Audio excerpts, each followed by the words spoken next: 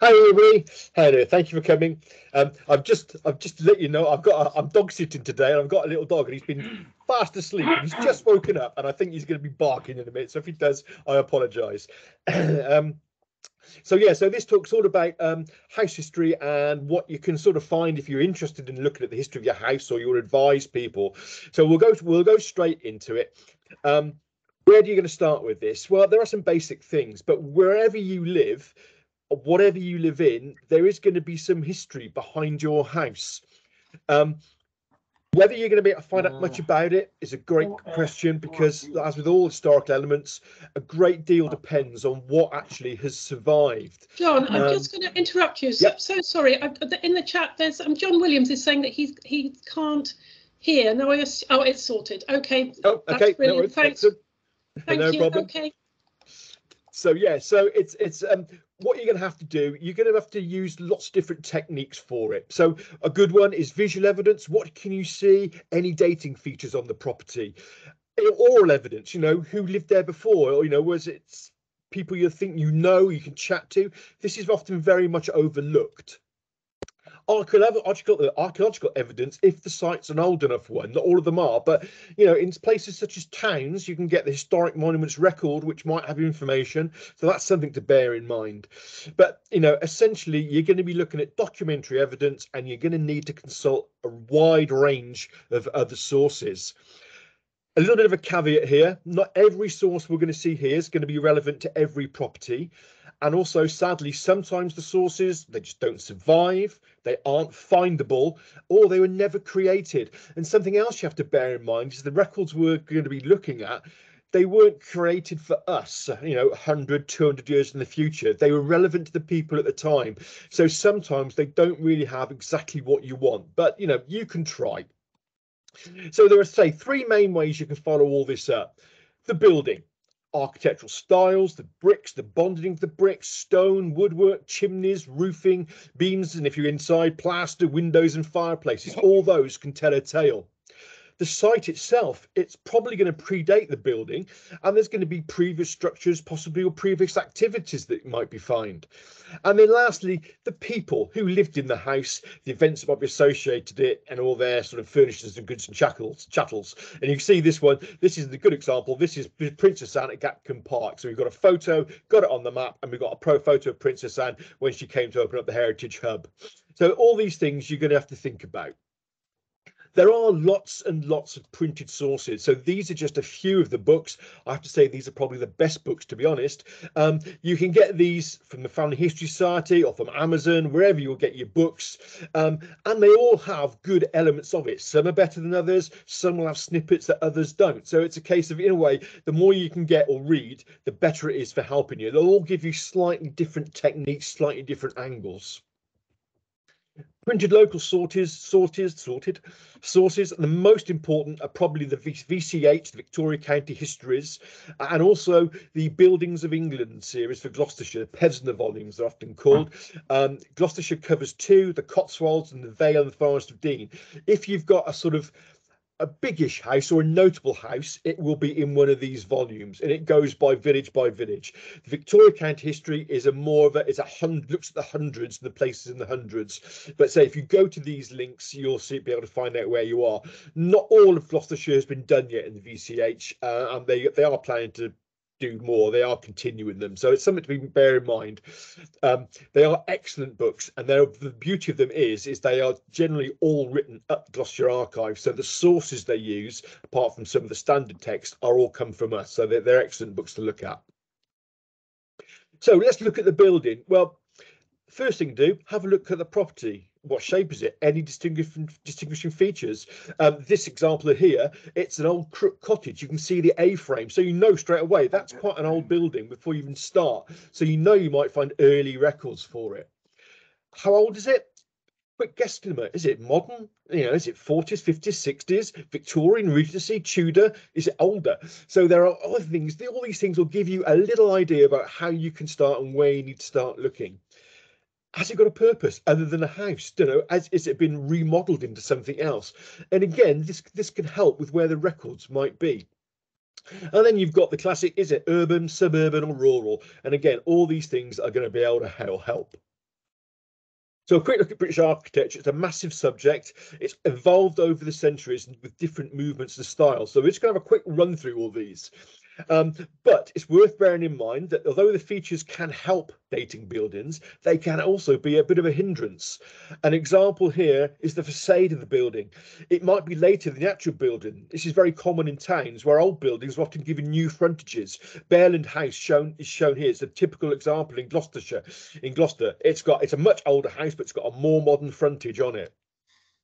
Date stones, we tend to think, oh yes, they're brilliant, they must be the right date, but they're not always. They might show the original date, but they might mark alterations, or even when new owners acquired a property. And the other problem with them is they very often they can erode badly, so you can't read what they say anyway. Here's a good example in Gloucester, Robert Raikes' house. You've probably all seen before. It was built around 1560 as a merchant's house. It was then used as a print shop. It was then altered massively and extended in later centuries, being used as a normal house, a restaurant and a public house. It's grade 2 listed, which means it's difficult to do any work to it, to be honest. But Samuel Smith Brewery, who own it today, did a massive renovation project costing about £4.5 million, opened as the public house, Robert Raikes' house, in 2008. Nearly all of it on the inside has been renewed. So is that an old building or not? This is a bit like Trigger's broom, 5 new heads and 3 new handles. Is it the same broom? We don't know. So quick look at architecture. So Tudor, Elizabeth and Stuart. It's the final phase of medieval architecture in Britain, and it's the period that really the older ones come from. Covers up to the 1400s, up to the 1700s. Lots of typical features. There's usually masonry chimneys, grouped windows, the half timbering, which we'll look at later, usually quite steeply pitched gable roofs. It's also towards this time the use of brick becomes widespread.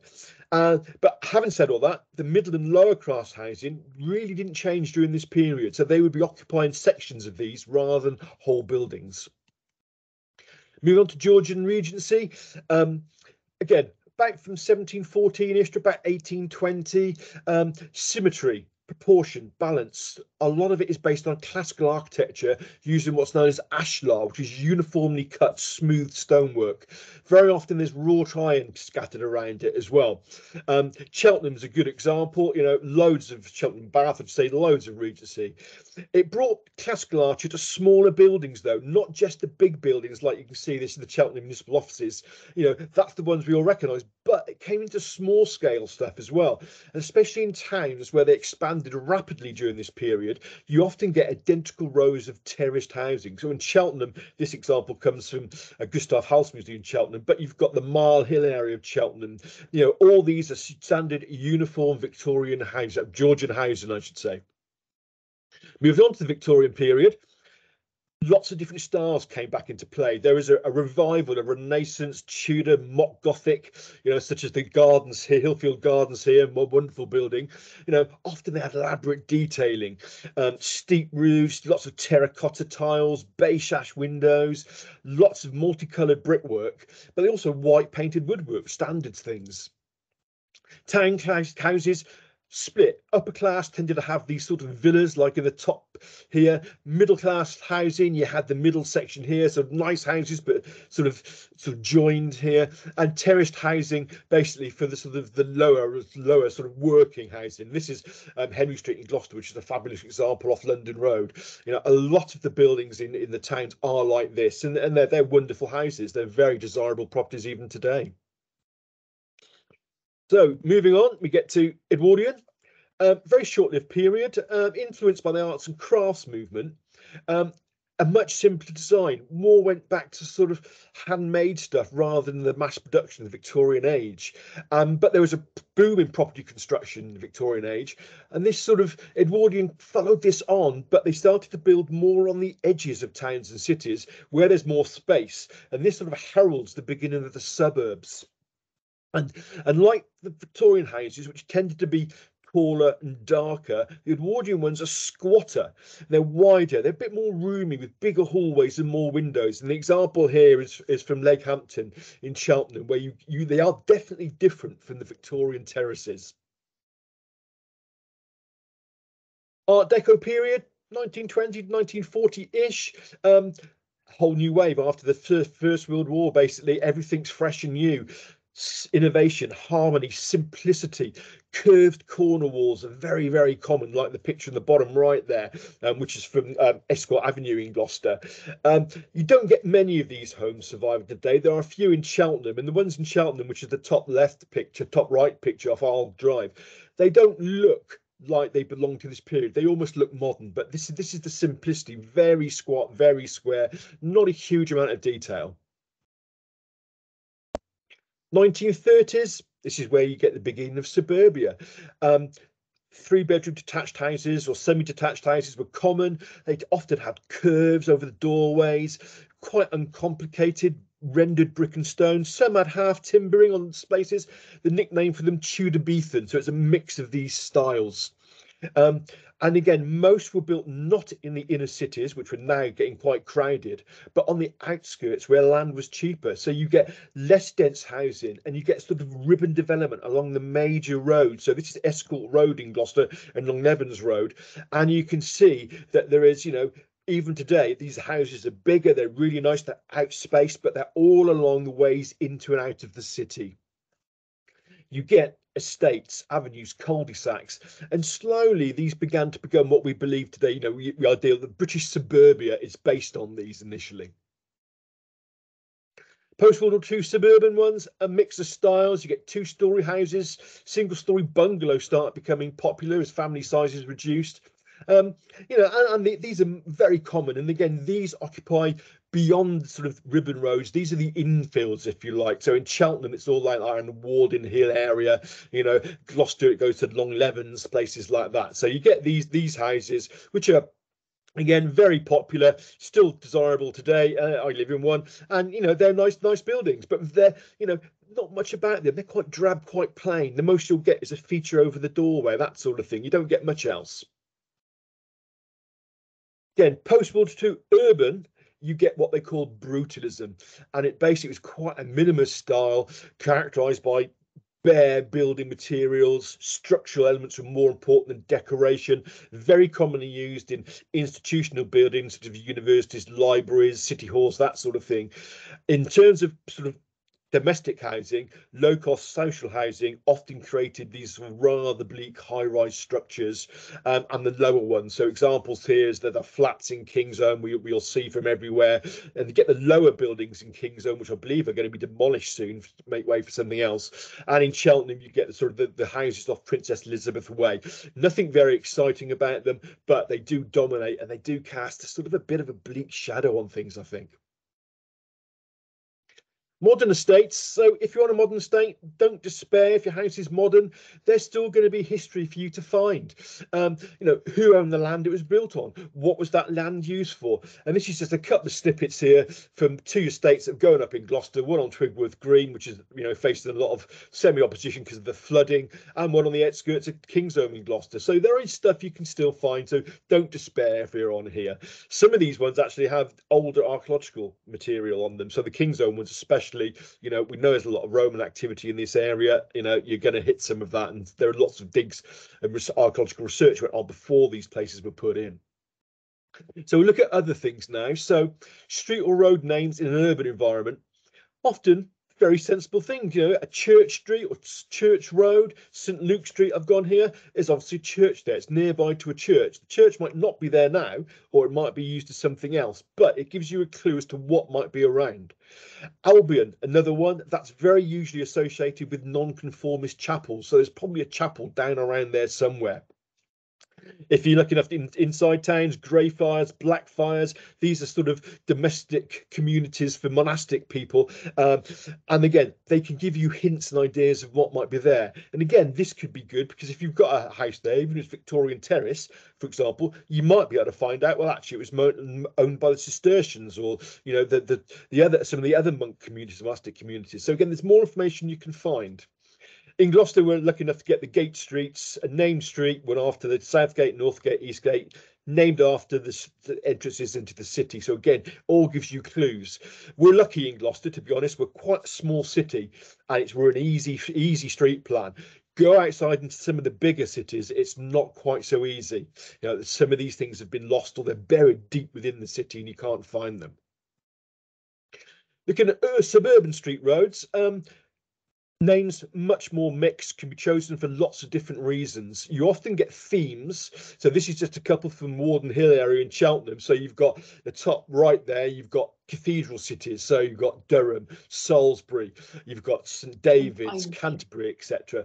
But others are different. Bottom left one, you've got poets, Tennyson Avenue, that sort of thing, Shelley Road. Those of us who remember Reggie Perrin, you know, we can probably still recount he turned left down some of these streets and went on to work. And then you get sort of newer ones where the one we've got here is just sort of flower names, shrubs, that sort of thing. So really anything, they normally name them in series, and anything can be named after them. Usually it's the sort of the realm of the actual land agents or the building companies who sort these out. But sometimes they do sort of put it up through a vote or put it out to the common people, as it were, to name them. There are always exceptions, and a little local one near me is Holbert Crescent, which is actually named after the last residents of Uphatherley Farm, which you can see in the picture there, which comes from the Uphatherley Parish Council. This whole farm was demolished in about 85 to make way for the Morrisons and the new estates on the southern edge of Cheltenham. And I, as a kid, I used to be around this farm all the time, helping out Mr. Jeff Albert, his name was, and his mother. They were great people. And this is a map from Know Your Place, which we'll look at later. Basically, the building in the centre there is basically Morrison's and the school, and you can overlay it. That's where this farm was. So all its land has now gone completely. Interesting though, it's called Glebe Farm Court, but it was never actually church land, or that's glebe land. So the bottom bit of that is an invented name. Holbert Crescent is fine, Glebe Farm Court isn't. It's a made up one. So you've got to be careful about that sort of thing on occasion. Rural street names, where they exist, they tend to be a bit more straightforward. So this is Bisley as an example. So you've got sort of coming in that, you've got Cheltenham Road, Stroud Road. These are sort of directional roads named after where they're going or where you'll get to. And then you get things like, you know, rural purposes or features. So Limekill Lane, Hayhedge Road, Holloway, refer to an old Holloway road going through. Wells Road, you know, there's wells, there's water there. Far Wells Road, further away. So often they're named after these features. George Street there, we'll come to in a minute. Inside, it's named after a pub. Inside, you always get a high street, a back lane, things like that. So they're, again, much more sensible. You do get oddballs here, and there's a great one in Bisley, Van der Breen Street. Now, I've tried finding out what this name means, and I can't find out anything about it. Seems like a name, a Dutch name possibly, but there doesn't seem to be any history of how it's sort of appeared. And I've got queries out to the Busy Local History Society and a few other people, seeing if they know. So if we do find out, we'll alter this slide, so watch this space. Street and house numbers, they generally can't be relied on over time to identify a property because they often change over time. Today, we tend to have odd numbers on one side of the street and we have even numbers on the other, with cul-de-sacs there, but they're on separate, normally a different name. But there are fill-ins as well, so it can be very complicated. In the 1800s, for example, it was more common for numbers proceed up one side of the road and then down the other. So when new houses were built on the end, they had to renumber everything apart from the number 1 to like whatever the number 20 was, sort of thing. So they did change. An example of this is it's a map in Cheltenham here. Well, number 1 Basil Terrace, the whole now 29 St George's Road. So again, they've renamed the whole street, they've renumbered it. So again, you have to be careful about this sort of thing. And the problem with this is in terms of census returns, which we'll look at later, because they don't always give street names, but we tend to automatically think, well, you know, they're on that side, these on the other, but it doesn't necessarily mean that. So you have to look at the census where the enumerator walked. And it normally tells you, you know, down all this street, then up the other. So again, that's something just to be wary of in towns. Property names, they can sometimes help, although they can be named after anything. Classically nowadays, you get the old smith, the old dairy, the old post office, the old barn, etc. You know, named after working buildings, usually conversions. But you get personal names. Got one up the road from me called Tyrval, which is named after the owners, Terry and Val. And then you get honeymoon destinations, Purbeck, which is what my house is named after for my folks. And you get the classic, the Dunroman, the retirement home. So again, you've got to look at all these things. They might give you a hint, but they're probably not going to be anything too dramatic, to be honest.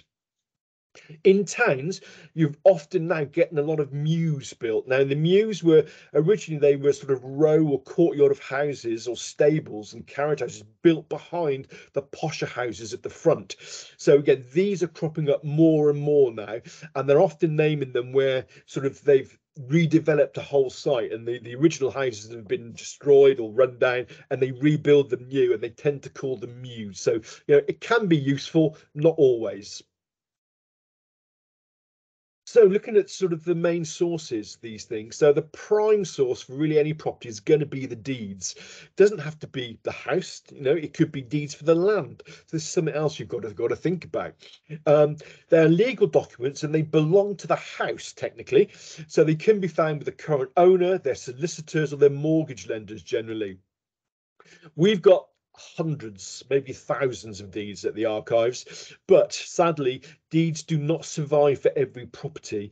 And again, not every bundle of deeds is complete. So, there's no way we can say we've got 100% of all the deeds in the county. We haven't, and we never will have.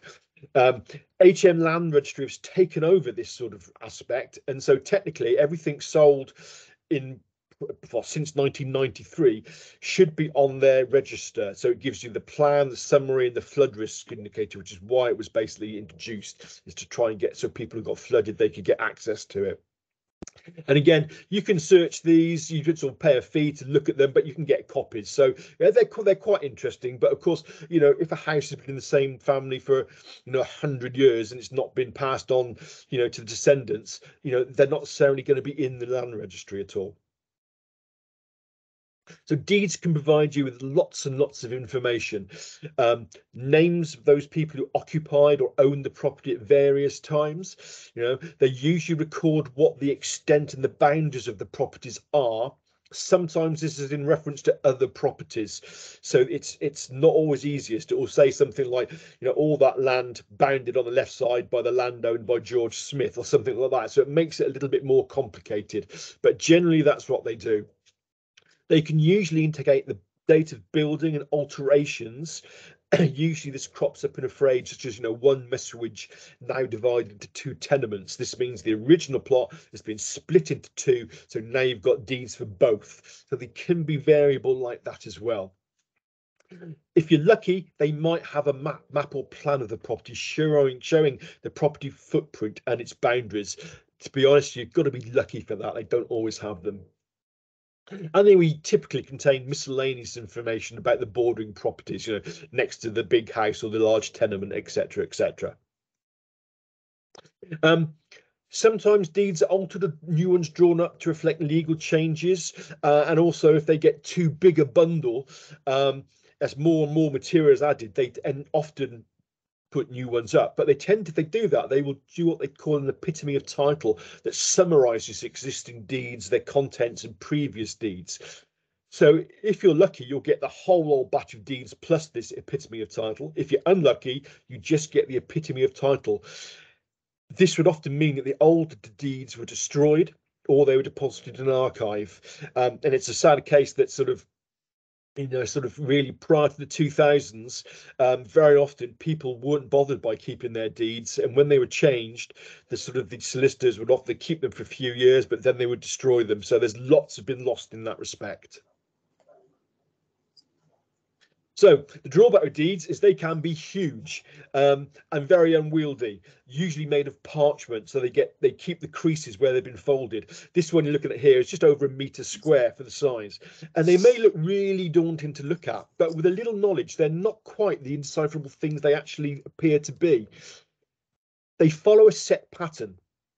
And very conveniently for us, these sections are separated by a word or two in bold text. So in this little example, you always got the date. It's always at the start. So this one says this indenture in May, and it gives you the date on the 20th day of January. I can't read that from here myself. And it will give you usually in the regnal year, like the 16th or 18th year of Charles II, which you can easily find out. So you know when the deed's been written. Then you have the parties. Can be multiple names, and it usually starts with the word between. So it gives you the date, and this deed is between John Smith, Paul Evans, that sort of thing. Might be more people added onto that. Okay, so that's fair enough. You've got a date, you've got names. then gives you the property, and it usually starts with all that. So all that land bounded on the north side by so and so, right side by so and so, etc., etc. It can get a bit more complicated here because you're often having to read maybe a couple of paragraphs or a couple of big long sentences on this. Another problem is sometimes they don't always put punctuation in these, so you don't know where one sentence starts and then the other begins. But again, it gives you a little clue. Then finally, you get any restrictions or qualifications. This is the most complicated bit. It usually starts with and, but there can be lots of ands in this. And usually it's relating to sort of family stuff where, you know, if this land is being sold and husband and a daughter and the husband dies before the daughter reaches true age, or that sort of thing, or if it does, they do die, it passes on to so and so. This is the complicated bit. But, you know, you don't always have to know any of this, you know, and some of the basics will be enough for you. It depends how deep you want to go into it. One of the biggest obstacles we always find is handwriting. You know, some of the handwriting, some of it's good, some of it's also awful. There are some odd letter forms. You've seen these examples here. C and the R's are typical. Look at the C in there, City of Gloucester. It looks like an O basically with a cross on it. The Lord, sorry, R in Lord there looks like an X. County again with that funny C. So there are issues. However, there are things in your favour when it comes to doing this. So most deeds, and especially early deeds, were written by professional scribes and clerks. So the writing is generally pretty consistent and it's pretty good. It's only really as you get into the later ages when anybody can write is the handwriting starts getting scruffier and harder to read. So you've got a bit of a fighting chance there. Once you get your iron, words do become easier, especially because you know where it is in the deed. You can have a fair idea what it's talking about. So if it's about the date, you'll know what you're looking for. It'll have day, it'll have year, etc. It'll have the king's name. So then you can use all these clues and all the letters there to see what other letters might be. You know, you've got this information, it can be quite handy. And as I've said above, you usually don't have to transcribe the entire thing. If you're just looking for clues or just bits of basic information, these can be great. We all always say if you get stuck, cover the word up and go from back to front. Just try and write the individual letters. If you go the other way, your brain automatically thinks, oh, that must be house or it must be cat or something. Go the other way and your brain can't see that. So it usually makes it a little bit easier. Make less assumptions, and it's generally far much easier to do that. But I can't emphasize enough getting your eye in, you know, just sit and play with this bit of deed you're looking at, you know, look around, try and find words that you can recognize. It does make it a lot easier. And lastly, spelling is an issue. Try saying things phonetically. Lovely example here. Liquise, liquid. It actually was likewise. Indebted to Judy for telling me that one because I didn't spot that one. She said, look at this, it took me ages to figure it out. So, you know, there are ones that are sort of strange. You know, some of these words aren't standardized yet. So there are, again, lots of good handwriting deeds available. These are a couple of my favourites. So the Reading Early Handwriting, it's a very nice one. It's quite new as well. I still think you've got to go a long way to beat this little book, the Secretary Hand ABC book. It's about £3 from Family History Society.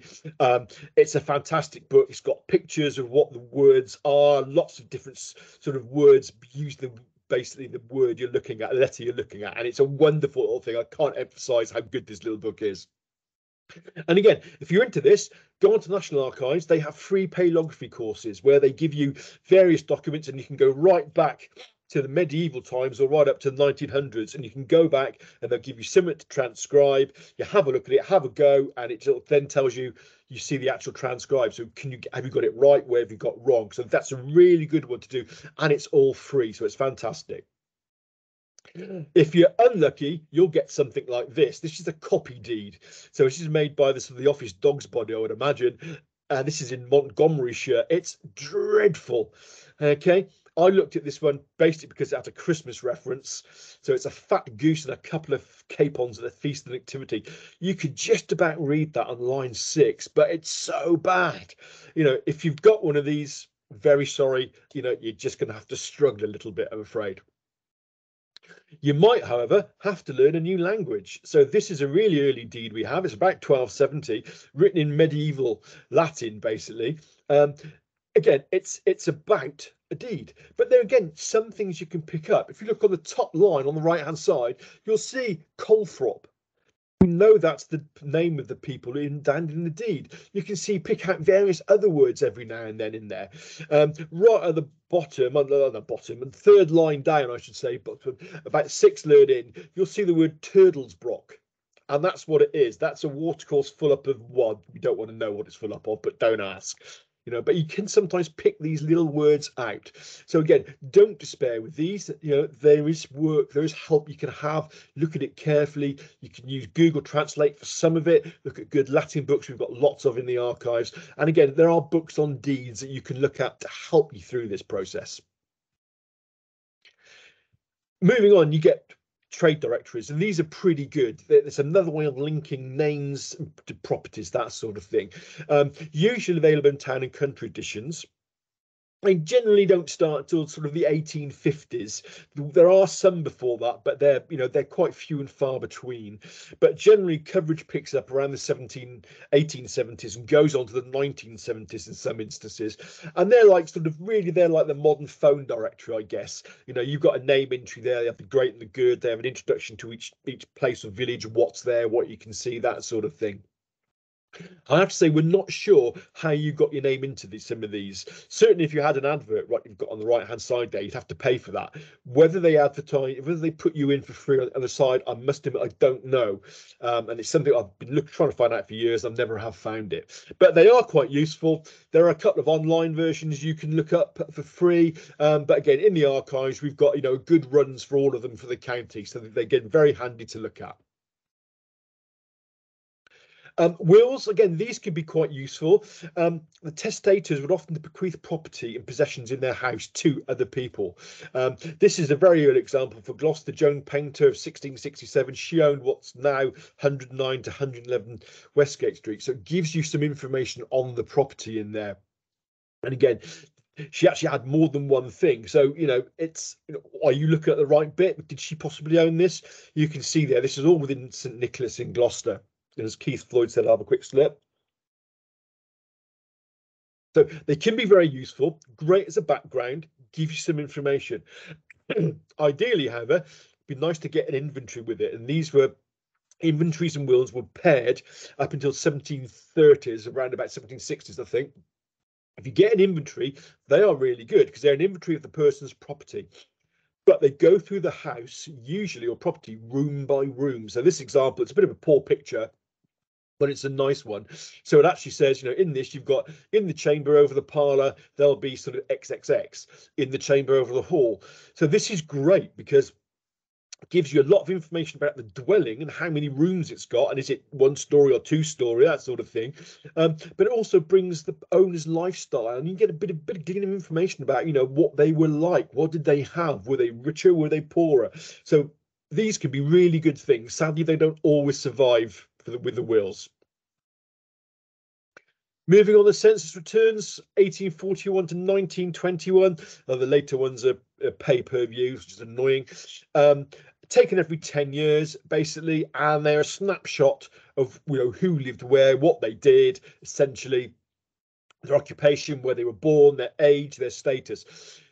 Lots of this information did change over time. So the 1841, for example, isn't the most useful. You get to the sort of the 1890s, the 1900s, very useful. Again, look on the right side, they've got the road name with numbers on it. Again, you have to be careful that those numbers haven't changed, but very often you can find out where you are by working through the census. At the front of it, they always did the enumerator's route. That told you where the person taking the census went round and dropped these forms off or annotated them. And it's a fairly straightforward pattern. It can get a bit complicated in the countryside, where you can literally cross over fields and start one road going in, then you'll come back and do the other. But they are quite useful, and again, invaluable for looking at house history. Taxation, local taxation, national taxation, they can be quite handy.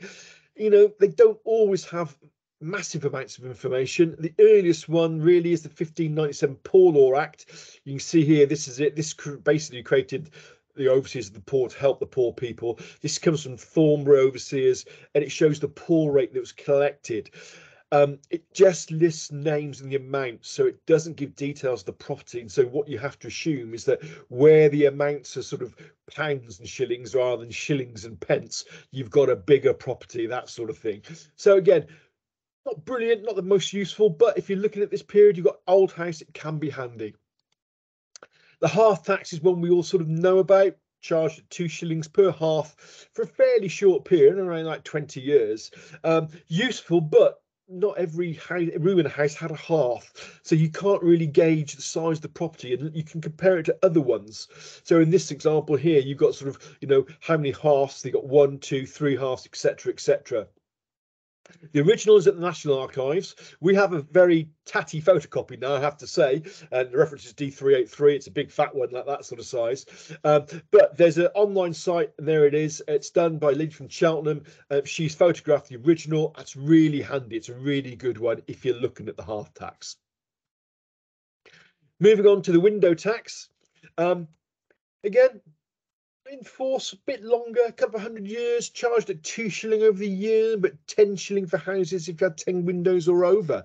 It may lead to some windows being bricked up, but not as much as we think, for it's again fashionable to build a pretend window, so you could say you blocked it up to save money.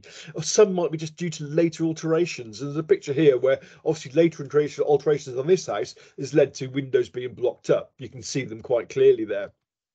And interestingly, this is a farmhouse at Dimmock. It's got a false window painted on to the near wing. So again, it's given the illusion of something it actually hasn't got. The sort of thing you look at a tax receipt, this is 79 for Westington near Chipping-Campden. Again, you see it's not got a huge amount of usable information, but again, it's going to add to the stewing pot, as I say.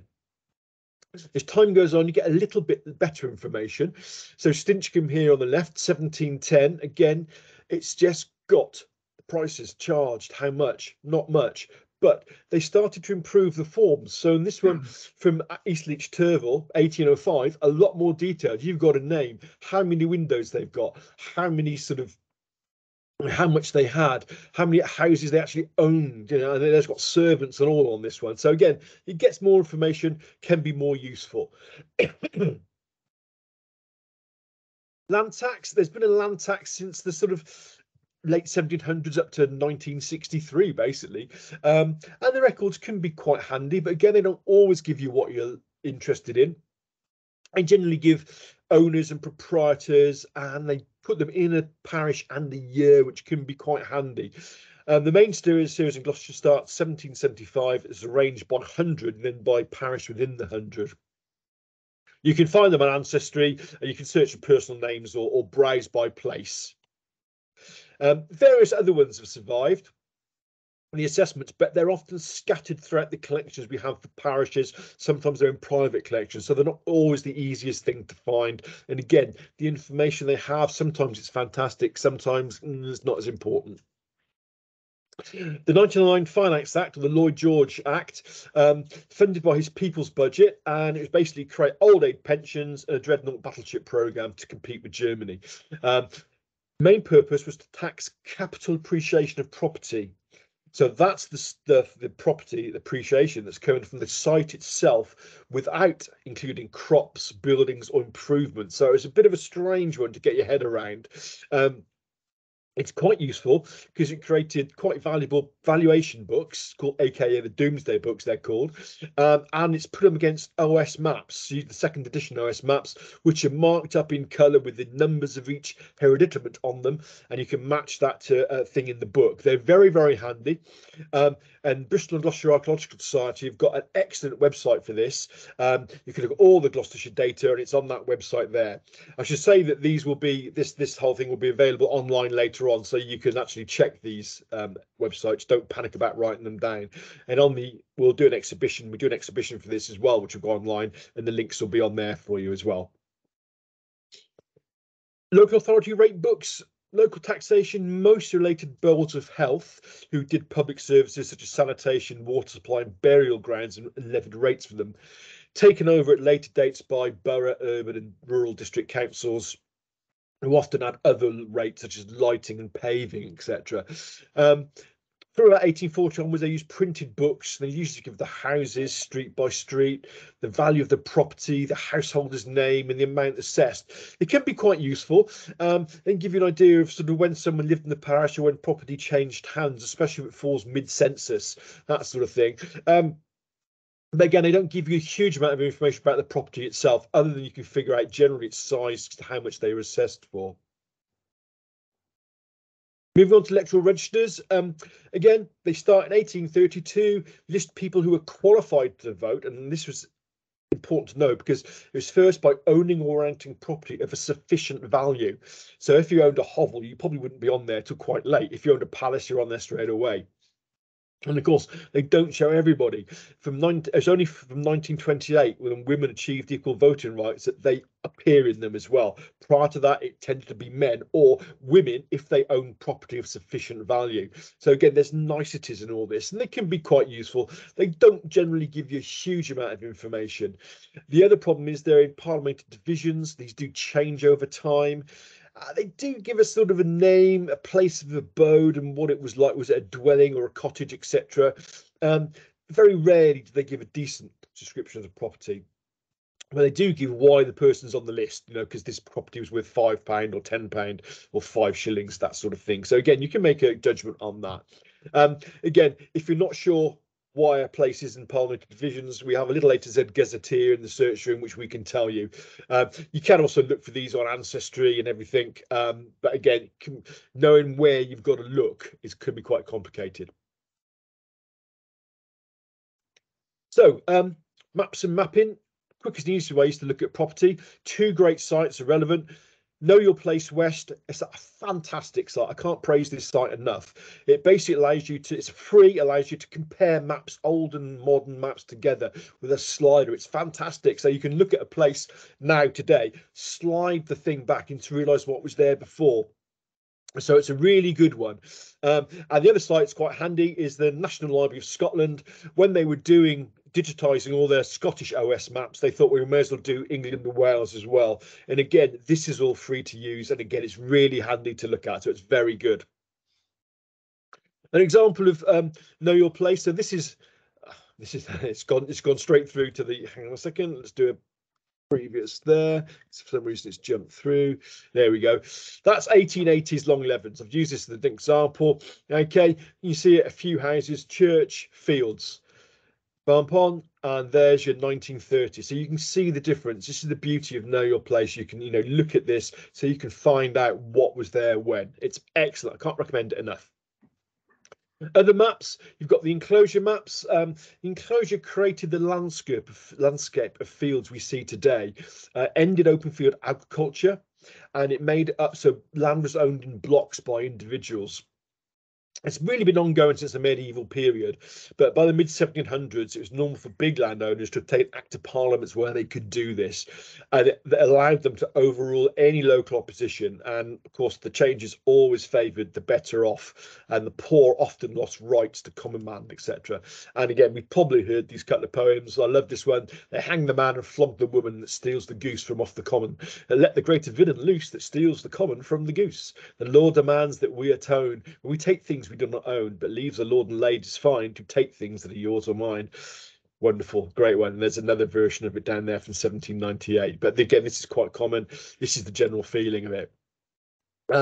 Most enclosures between 1750 and 1850, they continued into the 1900s. Elmsted Hardwick, for example, wasn't enclosed until 1918. But because of that, usually the maps are often the earliest available for any particular place. They're usually quite large. The award that comes with them, usually unwieldy and unworkable, gives you details about the size of each one, who owned it, etc., etc. The actual maps are available on Know Your Place, and the apportionments can be viewed in the archives as a standalone PC there, but they are really worth looking at. And again, to give you an idea of what happened, this is the pre-enclosure map of Cold Aston. I'll ask you to focus on the centre where you can just make out a sort of Y shape. So you can see sort of all the strips just about there. Now, these are all the individual fields. So that's everybody owned a bit of that. Everybody worked a bit of that. After enclosure, you just get these, 8 or 9 big plots of land. So again, it's, we could have a whole talk on enclosure, but we won't today. Tithe maps. 1836 Tithe Commutation Act required that all tithes, which is your tenth produce for the church, was changed to a cash payment. So they created maps and apportionments to record this. Some don't have them. Some parishes don't have them because they're already private arrangements in place. So it has to be said, you don't get these for everywhere.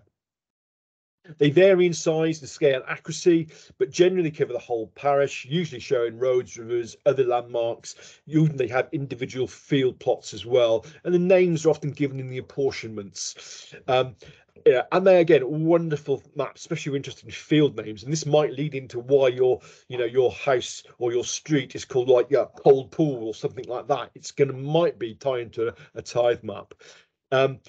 They're usually the second earliest detailed map of the area, and they can tell you where your ancestors lived, whether they owned land or they used it. The original tithe maps are on Know Your Place. Redrawn ones showing field names can be obtained from Jeff Watkins' maps. We have hard copies in the archives, but Jeff actually does sell these. So again, if you're interested in a particular area, well worth having a look at his website, which is there. They list landowner, occupier, land use and value, how much was paid in tithes. So transcript maps are on Know Your Place. We do have transcripts on the archives in the database here. It's not the easiest thing to use, but it'll give you enough basic information. Miscellaneous sources, sales particulars, they can be great if they exist. They tended to be created for larger properties, especially those that were sold by auction. So they often have attached plans and inventories of houses and buildings, often down to contents as well. Some properties are sold more than once. You can often get multiple particulars for different dates, and that's really useful. So if you're looking at a house in 1900 has been sold, you might actually find a sale particular for 1800 as well. So again, it's worth looking. They're very, very useful things. Planning records exist from about 1850 in Gloucester. They do survive for most places, but they're quite hard to use. And sadly, only a fraction has really survived. When you've got 500 applications for a garage, it's the same design, they tended not to survive. So they can be quite handy, but again, difficult to use, I have to say. Miscellaneous sources. This is a great one we've got in the archives. It's the building contract for 1656. So if you're lucky enough to have a house this old and you find something like this lists everything that was to be done. I love this one. It's brilliant. It's this. Richard Whitmore was quite rich in the end. I didn't know that, but this chap built it for him. £200, about 21,000 today. So sometimes you're lucky enough to find something like this.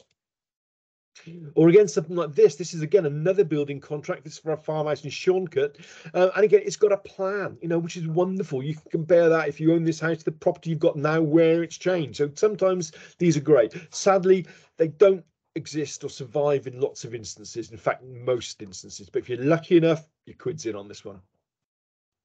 A couple of national sources. I say national. This one's actually Gloucestershire Heritage Environment Record, maintained by the local council's archaeological units, usually to be called Sites and Monuments Record, or the SMR. Now it's abbreviated to the HER. And again, very good. If there's ever been any work done archaeologically, it's usually in this. So you can contact them. You can look it up online. Request. I'd like to find anything on this place.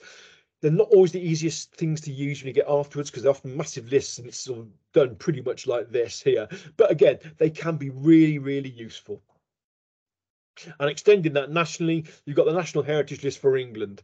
And again, not everything's going to be on here, but some things might. The bigger buildings are, and it can be quite handy. It's worth looking at.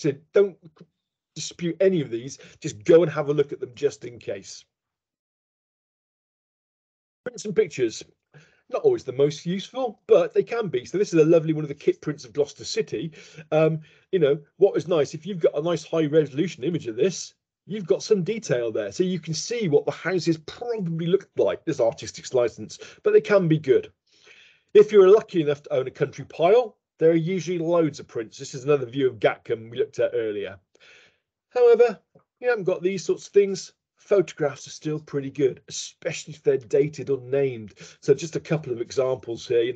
Dimmock, I've looked at that A-frame of that house, that Crook cottage, that's still there.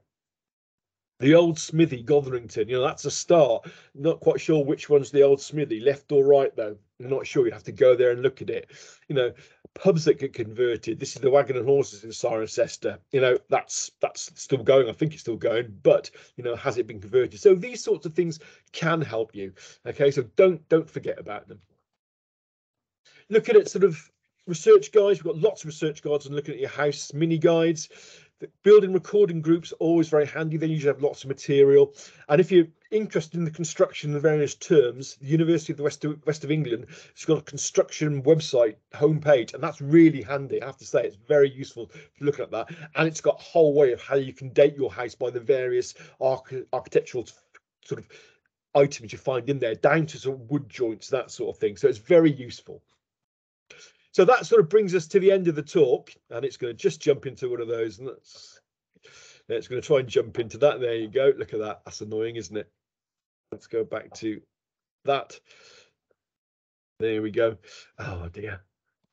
It almost worked perfectly, didn't it? There we go.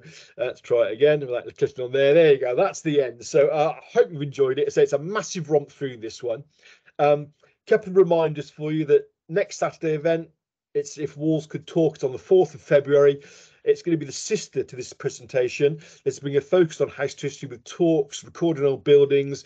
There's a Know Your Place map talk, and you can even talk to a medieval builder with some medieval tools. So that should be quite fun. You can book it via that link.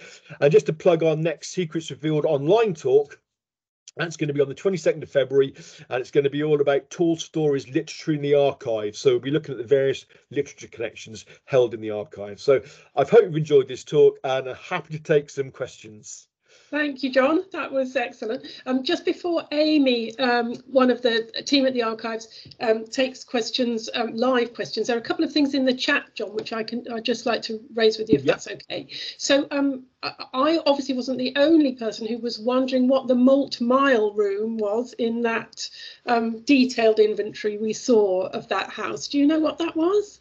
Malt, M-O-U-L-T, new word M-I-L-E, malt mile room. It might be a cheese room. Might be store cheese. Okay. Might be mould. It could be. I don't know. It could be a sort of washroom, maybe. That's a potential one as well. I haven't noticed that. I'll have to go back and that'll teach me. Won't it? I'll have to go back and have a look at that. Well, if you find out, let us know. And then a couple of sort of helpful things.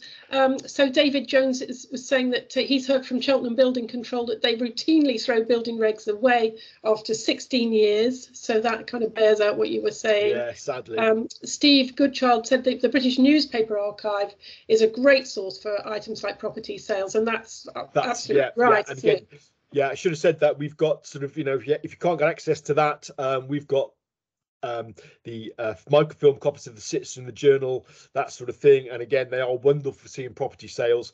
They are also rabbit holes, though, because you start looking at them and you do so easily get sidetracked and wander off looking at shipping return or something like that. So they are wonderful things to look at. The Family History Society, I believe, has got a subscription to the British Newspaper Library, so you can go and speak to them and they will help you out with that sort of thing. But yeah, that's another great source. I should have mentioned that, but they are fantastic. And then postcards, of course, as well as sort of private photographs. Postcards are a very good source of information about properties older and newer. That's right, yeah. And you can always, if you go onto the archives, the online catalogue, and put the name, not the name of your property, but the place in, so sort of like Churchdown or Painswick, you'll get all the hits for that. And it can be a bit time take. I've got my kind of teeth in today. Going a bit long-winded. I'll just change it completely. There we go. But sometimes you'll find lots of photographs, postcards in there as well, which very often they're not described really. So it'll say like High Street, Painswick. But if you live on there, you might see your property there. So again, there's something that's worth looking at. Thank you. And I mean, I've got lots of praise for your talk here, John. I'm not going to go through that because you'll just get too big-headed. But Sarah D said is asking if solicitors have been contacted to see if old deeds exist before they get chucked up, but that's not generally how we work. No, sadly we can't. I mean, there are so many solicitors that we physically can't speak to them all. We do maintain contacts with a few of them, so very often they'll come to us and say, well, we're depositing all our records, you know, have that. And that's how we've got a bulk of our stuff from, like, sort of certainly from the 1800s, 1900s. We get a lot of that from solicitors, but it's not something that's done all the time. It's just one of those things we can't. Of course, now with most stuff switching onto the actual national the building sites one, you know, there's going to be fewer and fewer paper deeds produced, so they won't always be there.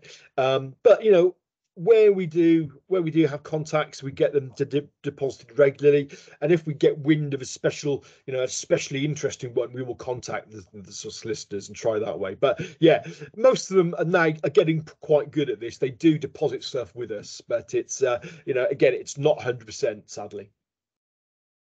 So a couple of questions about where the recording is going to be available, and I see Amy has answered that one. I'm just going to go back through. Oh, is there anywhere else for us enthusiasts to share our findings? Sarah's asking. Ooh, I would say, if you've got, you know, why not try your local history society? They usually have journals. They're usually dying for material to go in them. So if you've done a bit of work on your house, you know, why not let them know, you know, blow your trumpet, because it can be really interesting. And of course, you can always help other people who are searching. You know, very often with these things, you get to blocks and you think, how do I get around this? If you've seen how somebody else has done it, that can help. So yeah, try your local history society. So they're more than enough around the county. Most places have them, and you know, and write something up for them. You know, they're more than happy to take this sort. Okay, last one from the chat. What's the best starting point for property on old agricultural land? I would go know your place, the map, to find out where it is exactly. Then look at the tithe maps and the enclosure maps. That's a good start. If then you know sort of where the village is, maybe look at your trade directories to see, you know, is there a farm nearby? Would the farmer own that maybe? And then start looking for deeds. So that's the best sort of thing. But the know your place mapping is a really good place to start, especially because you compare modern map with the older maps, the tithe maps. You know, you can slide across so you can see precisely where they are. So that's one of the best things that's happened to house history research and local history research in the last 10 years, I have to say. And it's even I can use it. It's very user friendly. Any questions? Any more questions, Amy, that you can see before I close the meeting? I can't see anyone currently with their hands up or anyone that's raised a hand. But if anyone has got a burning question, pop it in the chat or raise your hand. Yeah. Okay. Well, just a couple more things have popped up in the chat. Well, I'll just go through those and then I'll close it down. Thank you so much, everybody who's come, and please come to future talks as well. I hope you've enjoyed it today. So you can always email us. Dying question, archives@gloucestershire.gov.uk. You know, if there's something we can't see or we haven't had time to answer today, you know, fire it onto us and we can always have a look at it and advise you with it as well. So yeah, I'll just say that email address again. So that's our sort of generic email address, archives@gloucestershire.gov.uk. So Diane Charlesworth, hello Diane. Recording visits arranged by Gloucester Building Recording Group for members. Why not join us? So that's in answer to a previous question about somebody who wanted to share what they'd found out. Thank you, Diane. Yeah, and then Sue Bevan says, my family lived in Pike House in Cheltenham in the late 1800s, but I can't find details of it being a turnpike house. Okay, so that's just an interesting note there. Yeah, there are ways to find out. There's some information on the turnpike trusts that we have in the archives. Of course, it might not be a turnpike, it might not actually be a turnpike house. You know, I know it sounds crazy, but I know another pike house in the forest which is fishing. It's about fishing on a lake, so it could be that. I'm not saying it is, but you know, it could be. You know, was there a Civil War pike stuck outside as the doorpost for many years? I don't know, but yeah, it's the sort of thing that's, again, have a look through your Victoria County history for clues, the Pevsner volumes for clues. Local History Society, again, if they're there, have a chat with them. They might know. It might have been somebody called Pike, had a surname. You know, don't tell them Pike. It might even be that. There are lots of possibilities, which is part of the fun and part of the pleasure, but also part of the pain of this sort of thing. All right. Well, thank you very much, John. That was really interesting. And thank you, everybody who came along today. I'm going to close the meeting now. Thanks, Amy. And yes, see you all in a month. Bye-bye. Thank you very much. Bye, folks. Bye. Bye.